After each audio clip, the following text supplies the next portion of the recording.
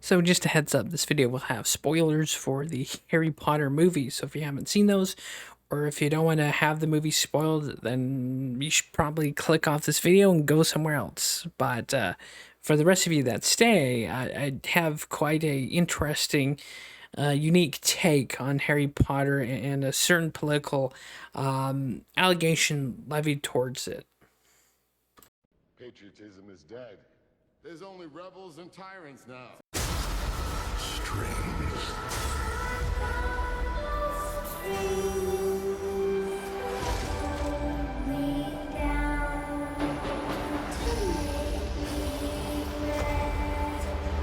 A world ready for the righteous and the pure to inherit. Don't believe in surrenders. No, I still got my saber, Reverend. Didn't turn it into no plowshare either.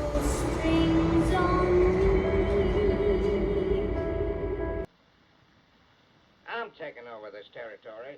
So what I'm talking about is there's allegations that Harry Potter is anti-Christian, or there's this rumor of perceived anti-Christian things just because it has to do with like wizards and witches and sorcerers and stuff like that. But people who tend to levy this tend to forget that those same elements are in the literal Bible. Of course, Simon, who was an apostle, one of the original apostles, was also known as Simon the Sorcerer or Simon the Magician. So just because something has witches and wizards and sorcerers in it does not necessarily mean it's one antichrist or Luciferian in nature. Of course, for most Christians, there's the three wise men who came to see like the young Jesus, bearing gifts. And they were considered astrologers and wizards. And of course, we can't forget Daniel, who was considered a wise man and a wizard by, I think it's Nebuchadnezzar. And so to kind of claim that Harry Potter's anti-Christian just based on that is kind of an airheaded take when you consider the very real source material of the Bible. And of course, the Bible does, there are verses that it doesn't treat wizards and sorcerers fair because, well, let's be fair, a good number of them are pretty bad. But as far as my opinion is this, so what brought this on was I watched the Deathly Hollows Part 1 and Part 2 recently. And there is an interesting thing about Harry Potter is that he himself is a Horcrux, I think is the term. So he's one of the things that needs to be destroyed to make Voldemort mortal or to make him killable, is that he has to die. And not only, so he's a person who was born to die so that others may live or have a chance of living. Doesn't that sound awfully familiar to someone else we know? Now, of course, I'm being obscure because I don't really want to put Harry Potter, a fictional character, on the same level as Jesus Christ, but there's some interesting parallels here that I have to mention. So with that said, Harry Potter, so he actually chooses death to save his friends and to essentially end the evil that's threatening Hogwarts.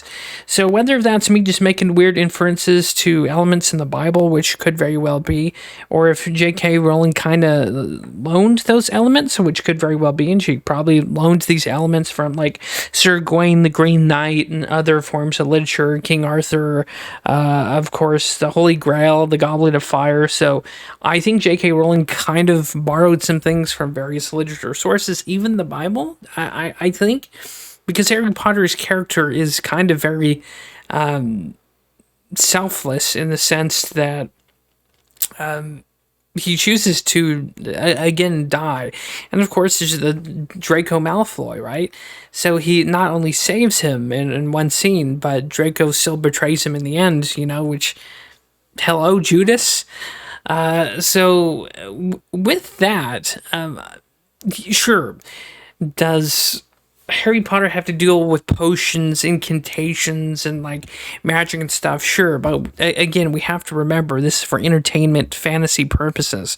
This isn't like some religious texts to push Wiccanism or like cast magic or like literal Luciferianism. Although the book does have elements with snakes and like iconography of a snake and, you know, snake tongue and curses and stuff. It's a fantasy world, and again, there's so much other literature out there that I think is far more damning philosophically than just Harry Potter. For example, there's various translations of the Bible out there. There's various new versions where it changes the verses and sayings of the original verses. That's why, like, of course, a lot of people are going to roll their eyes, but the King James Version is the only version, and of course, there's a verse in the Bible that says those who add or take away from this, that you shouldn't be trusted. Of course, with these other different versions of the Bible, that does literally change and add and take away wordage from the original King James Version, which to me is heresy. And that to me is a more scarier prospect than a kid's book that has to do with magic and stupefy and silly, obnoxious, fantastical stuff like that. If you're concerned about your child, you're more scared of your child picking up Wiccan and devil worship from a children's book, then you kind of miss the forest from the trees when there's literally worse influences on children, especially in this day and age, as far as like Christian faith, religious, and moral stuff is concerned. There's far, far worse influences than Harry Potter. And I will say this, J.K. Rowling, in defense of her, she's not as evil as the LGBTQ groups are making her out to be, and I think they're targeting Harry Potter or that whole thing because there is a parallel and there's similarities to Christ. Because if you know anything nowadays, anything Jesus related, there's a certain group of people, like mainly lefties, LGBTQ, and other groups of people who recoil and recant at the very idea of Jesus or the cross.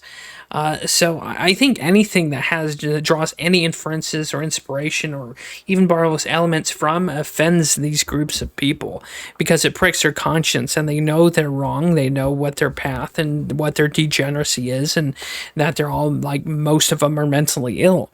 Again, that's just my take.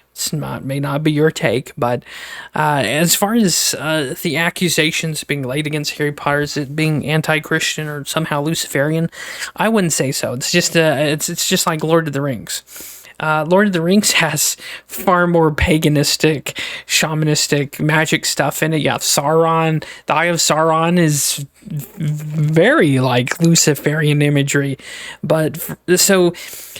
With literature, I think what it is if for my side of thinking, I'll just say this: there are people who again can't see the forest from the trees and can't understand that this is just a fictional fantasy world, and it can't hurt you. And plus, if you're that concerned that a children's book is going to affect your faith that bad, then that's a you problem. But then again, people who, it's very, for both sides of this, like, political spectrum here, it's very, what am I trying to say? So what I'm trying to say is there's a lot of people who use idealism and political or theological and otherwise to make them seem more morally righteous and superior than others.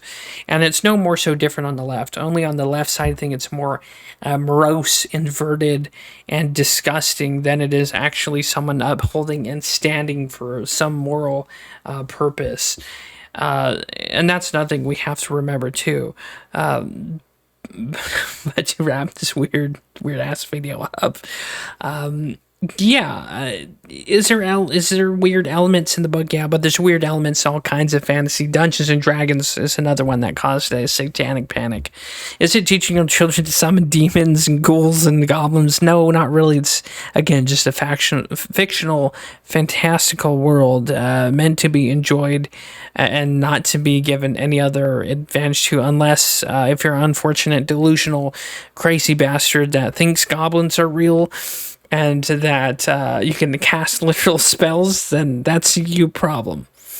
But then again, who am I to poo-poo that? Because again, atheists and agnostics say I'm a weirdo for believing in a sky god and his son. So I guess in the end of the day, it's you do you. But we do have to remember that there are far worse influences for children in this day and age than just Lord of the Rings, Harry Potter. What's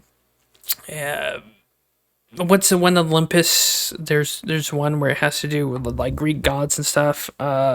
Percy Jackson, and even that's pretty inane, in my opinion. But you have to like, again, I think there's more damning things and more spiritually damning and hurtful things for children other than just fantasy lore and entertainment. But then again, whoever comes across may have a different opinion. But that's just my take on it. See you next time. Now, maybe I'm just being an ignorant bastard, but, I think the battle at Hogwarts would have went different if you had some muggles with some firepower. I mean, you can Protego all you want, but you can't Protego your way out of Double-Aught Buck. Like, I'm sorry, but then again, it does lead to a question that I have for you Harry Potter fans. Now, if wands are enchanted with stuff, right? And there's like incantations and like charms and stuff, couldn't you technically just find a whole bunch of crazy ass muggles with guns and like enchant the shit out of it? Like, I'm just saying, if you had some muggles backed up with some like enchanted firepower, like a shotgun with unlimited ammo, or I don't know, but where I'm trying to lead with this is someone write a fantasy universe that's set in the West where you have Western gunslingers and magic. Like Merlin with a machine gun.